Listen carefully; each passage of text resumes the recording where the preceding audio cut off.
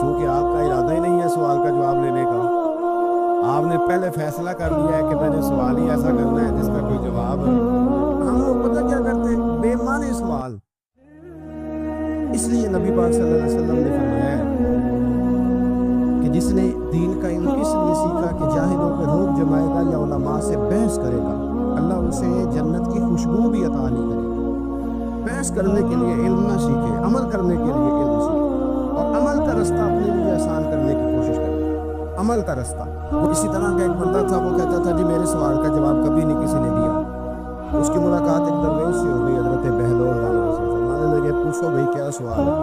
کہنے لگا بابا میرے 3 سوال ہیں، ایک تو یہ بتائیں کہ اگر رب ہے تو وہ نظر کیوں نہیں آتا، اور دوسری میرا سوال یہ ہے کہ اگر جو کراتا ہے شیطان کراتا ہے تو انسان کو سزا کس بات کی؟ اور تیسری بات یہ کہ آپ کہتے ہیں کہ شیطان جن ہے، آگ سے بنا ہے، تو اسے بھی آگ میں ڈالا جائے گا تو آگ کو کیسے جلائے گی؟ پہلی بات یہ کہ رب ہے تو نظر کیوں نہیں آتا، اور دوسری بات یہ کہ اگر سارا کچھ شیطان کراتا ہے تو پھر انسان کو سزا کس بات کی؟ اور تیسرا سوال میرا یہ ہے کہ اگر شیطان کو آگ میں ڈالا جائے گا تو وہ تو خود آگ سے بنا ہوا ہے، تو آگ کو کیسے جلائے گی؟ تو حضرت بہلول رانا تھوڑا سا سوچنے لگے تو اس نے بڑی سخت بات کی، کہنے لگا مجھے پتا تھا جواب آپ کو بھی کوئی نہیں آتا۔ دیکھا نا، پڑ گئے نا سوچ میں۔ نیچے ایک روڑا پڑا تھا مٹی کا، اینٹ کا نہیں، مٹی بھی کئی دفعہ خشک ہو جائے نا دھوپ میں، کچی مٹی بھی تو روڑا تگڑا بن جاتا، مضبوط روڑا پڑا تھا۔ حضرت بہلول رانا نے آؤ دیکھا نہ تاؤ دیکھا، روڑا اٹھایا زور سے سر میں دے مارا۔ اب اس سر میں روڑا لگا، خون بڑا بہہ گیا۔ جا کے اس نے کوتوالے شہر کو سمجھ لیں SHO کو رپورٹ کرا دی کہ بابے نے نا میرا سر پھوڑ دیا ہے۔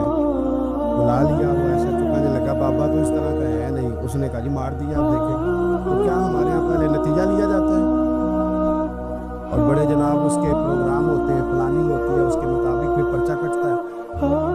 وہ جی میرا سر پھوڑ دیا ہے، بلا لیا۔ کہنے لگا یار وہ تو درویش بندے، اگر تو کہتا ہے تو چلو بلا لیتے ہیں۔ آپ آ گئے، تشریف لائے، تو اس نے کہا بابا آپ نے پتھر مار کے اس بندے کے سر کو پھوڑ دیا ہے۔ تو حضرت بہلول رانا کہنے لگے نہیں میں نے تو نہیں پھوڑا، میں نے تو اس کے 3 سوالوں کا ایک جواب دیا، 3 سوالوں کا ایک جواب۔ اس نے کہا کیا؟ فرمانے لگے اس سے پوچھ لو۔ اس نے کہا جی کیا سوال تھے آپ نے؟ اس نے کہا جی پہلا میرا سوال یہ تھا کہ رب ہے تو نظر کیوں نہیں آتا؟ تو آپ فرمانے لگے میں نے تجھے روڑا مارا، درد ہو رہی ہے؟ کہنے لگا ہاں۔ کہنے لگے دکھا درد ہوندی ہے نا ویسے؟ میرے میدے میں درد ہے جی۔ کتنے ہے جی میدا؟ میدا نظر درد ہوتی ہے کہ نہیں؟ کہتے ہیں میرے جگر میں تکلیف ہے، جگر نظر آ رہا ہے؟ کہتے میرا دل سوڑا پہنتا ہے، کتنے جی دل میں اور ڈنڈی وال وائیے، دل ہے پر نظر ہے۔ میں تو کہا کرتا ہوں ہمارے جسم میں بہت سارے ایسے حصے ہیں جو اللہ نے بنائے ہیں، ہمارے ساتھ ہیں اور ہم انہیں دیکھ سکتے ہیں۔ ہماری پشت ہے نا ہمارے ساتھ، ہماری اپنی ہے نا جی۔ کوئی بندہ لاکھ دے مارے چاند پہ انہیں لڑنا ہے کہ نہیں؟ کوئی ڈنڈا مارے تو لڑائی ہو جاتی ہے، لیکن کبھی پشت دیکھی بھی ہے؟ تو حضرت بہلول رانا کہنے لگے کہ اگر درد ہے تو پھر وہ کہنے لگا کہ وہ دکھائی تو نہیں نہ جا سکتی، پر ہے تو صحیح نا۔ تو آپ فرمانے لگے رب ہے پر دکھایا تو نہیں نہ جا سکتا، تو قیامت میں نظر آئے گا، اور آئے گا تو انشاءاللہ سارے دیکھیں گے، کھول کے دیکھیں گے اور راج کے دیکھیں گے۔ اور میرے نبی پاک فرماتے ہیں میں نے اپنا رب دیکھا ہے تو بڑی سونی صورت میں دیکھا ہے، بڑی سونی صورت میں، اور یہی بہتر ہے کہ پردوں میں وہ پردہ پوش رہے، وہ اگر پردے اٹھا دے تو کسے ہوش رہے۔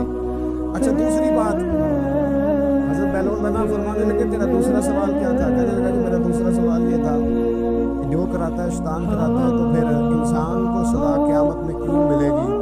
تو آپ فرمانے لگے جا پھر تجھے روڑا بھی شیطان نے مارا، میرے اوپر پرچہ کیوں کٹا دیا؟ پکڑ جا کے اس کو۔ حضرت بہلول رانا رحمۃ اللہ تعالیٰ علیہ فرمانے لگے کہ رب ہے، اس کے جلوے جگہ جگہ نظر آتے ہیں، اور اس کی ذات قیامت میں نہیں، وہ کس طرح کا ہے، کس معیار کا ہے، کس حال میں ہے، یہ پتہ قیامت میں چلے گا۔ آپ نے فرمایا تیرا تیسرا سوال کیا تھا؟ کہنے لگا جی میرا تیسرا سوال یہ تھا کہ شیطان آگ سے بنا ہے تو آگ کو آگ میں ڈالیں گے تو اسے کیا تکلیف ہوگی؟ تو آپ فرمانے لگے تو کس چیز سے بنا ہے؟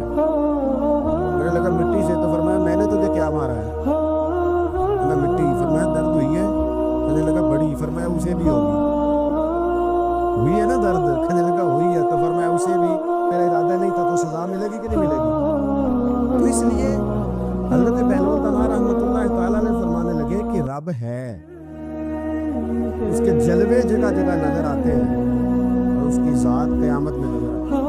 وہ کس طرح کا ہے، کس معیار کا ہے، کس حال میں ہے، یہ پتہ قیامت میں چلے گا۔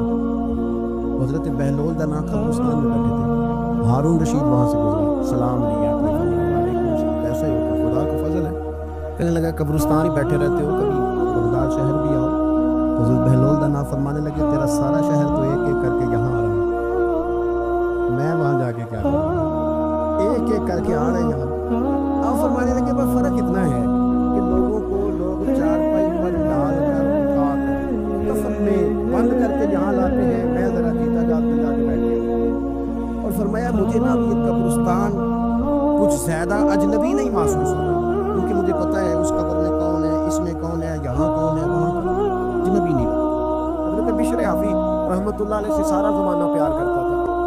بغداد کا ایک تاجر کہتا ہے مجھے نہیں بابا اچھا لگتا تھا، تمہارا اپنا اپنا ذیل ہے نا، ہم کہتے ہیں میں نے جدھر ساری دنیا جا رہی ہے وہاں نہیں جانا۔ کہتے ہیں کہ بابا مجھے نہیں اچھا لگتا تھا، حالانکہ سارا بغداد عزت کرتا، کیوں نہیں اچھا لگتا تھا؟ کہتے ہیں اس لیے کہ بابا نا صرف فرض مسجد میں پڑھتا تھا، باقی نماز گھر جا کے۔ تو میں کہتا تھا اتنا ولی ہے تو باقی بھی مسجد میں پڑھے۔ کہتے ایک دن میں نے کہا جاسوسی کرنی ہے اس کی، جو کہ اسلام نے منع ہے۔ کہتے حضرت بشر حافی رحمۃ اللہ علیہ نے جمعے کے فرض پڑھے، فرض پڑھ کے نکل گئے دوڑ کے۔ فرماتے ہیں میں پیچھے ہو گیا، میں نے کہا میں نے سنتیں چھوڑ دی ہیں پر اس کا پتہ کرنا ہے، سنت نفل بعد میں پڑھوں۔ کہتے ہیں حضرت بشر حافی جلدی سے نا ایک کباب والی دکان پہ گئے، وہاں سے کباب خریدے، اور میں نے کہا بوڑھے کی عمر دیکھو اور اس کے ذائقے دیکھو، اس عمر میں بھی کباب کھائے گا، اوئے ہوئے مولوی کو روٹی نے ستایا تھا، اس لیے سنت اور نفل چھوڑ آیا۔ کہتے تھوڑا سا وہ آگے بڑھے تو نان بھائی کی دکان سے نا نان خریدے، میں نے کہا دیکھو یار، دیکھو اس کے ذائقے، گرم نان کھائے گا، بہت سارے لوگ بغداد میں رات کی روٹی کھاتے ہیں پر یہ گرم کھاتا ہے۔ کہتے ہیں حضرت وہ نان اور کباب لے کے نا جنگل کی طرف مڑے تو میرے دل میں خیال آیا یار بڑا اس آدمی کا عجیب ذہن ہے، یہ اب سبزے پہ بیٹھ کے یہاں موج کرے گا، کھائے پیے گا، تو سنت نفل چھوڑ دی ہے نا، ہزاروں مرید ہے۔ کہتے حضرت جنگل میں داخل ہوئے، تھوڑا سا سفر کیا تو کچی آبادی آ گئی، کچی آبادی، ایک کچے مکان کی ٹوٹا ہوا دروازہ، باہر سے کنڈی لگی، بغداد کے ننگے پاؤں چلنے والے ہزاروں مریدوں کے اس پیر نے کنڈی کھولی، اندر گئے، ایک فالج زدہ بابا جی بیٹھے۔ کہتے حضرت بشر حافی نے اپنی ایک پگڑی کھولی اور اس آدمی کے منہ سے پانی نکل رہا تھا، لال ٹپک رہی تھی۔ کہتے پہلے اپنی پگڑی سے منہ صاف کیا، پھر پیالے سے پانی ڈال کے منہ دھویا، پھر حضرت اس کے ٹانگوں پہ کپڑا ڈال کے روٹی کا لقمہ توڑ کے اس کے منہ میں ڈال کے کہنے لگے بابا ناراض نہ ہونا، جمعے والے دن مجھے دیر ہو جاتی ہے، ابھی تو میں نے سنت اور نفل بھی پڑھنے ہیں، ناراض نہ ہونا، مجھے دیر ہو جاتی ہے۔ کہتے ہیں وہ بابا رو پڑا، وہ کہنے لگا بشر یار 14 سال ہو گئے تو روز آتا ہے، 14 سال، یہ 1 صدی کا قصہ ہے، 2-4 برس کی بات نہیں، 14 سال سے تو روز آتا ہے، میں پتہ نہیں کب تک لاش بنے پڑا رہوں گا، تو کب تک آئے گا؟ حضرت بشر حافی نے بابے کیا سکوچ کے کہا بابا فکر نہ کر، آج کے بعد یہ جملہ نہ کہنا کہ تو میرے لیے بوجھ ہے۔ فرمایا لوگ سمجھتے ہیں کہ میں نے عبادت کر کے مقام پایا ہے، لوگ سمجھتے ہیں میں نوافل زیادہ پڑھتا ہوں، دنیا جانتی ہے کہ میری رات کی تسبیح زیادہ مضبوط ہے، اور میں ان میں سے کوئی بات بھی نہیں، میں تو تیری نوکری کرتا ہوں تو اللہ نے میری عزتوں میں اضافہ فرما دیا۔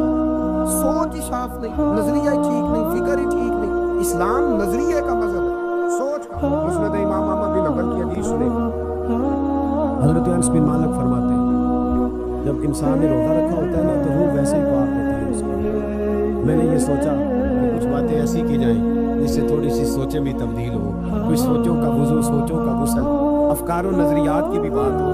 ہم سمجھتے ہیں کہ شاید کثرت عبادت اصل ہے۔ اقبال کہتے ہیں یہ ذکر نیم شبی، یہ مراقبے، یہ سرور، تیری خودی کے اگر نگہباں نہیں تو پھر کچھ بھی نہیں، تیری خودی کے اگر، اور پھر عام چیز نہیں کہا یہ ذکر نیم شبی، سویرے شہری کا ذکر، یہ مراقبہ جو تو گھنٹوں اللہ کی یاد میں بیٹھا ہے، یہ سرور، کہتے بے کیف عبادت نہیں، سرور والی، یہ ذکر نیم شبی، یہ مراقبے، یہ سرور، تیری خودی کے اگر نگہباں نہیں، اگر تیرے نظریے کو نہیں بدل سکے،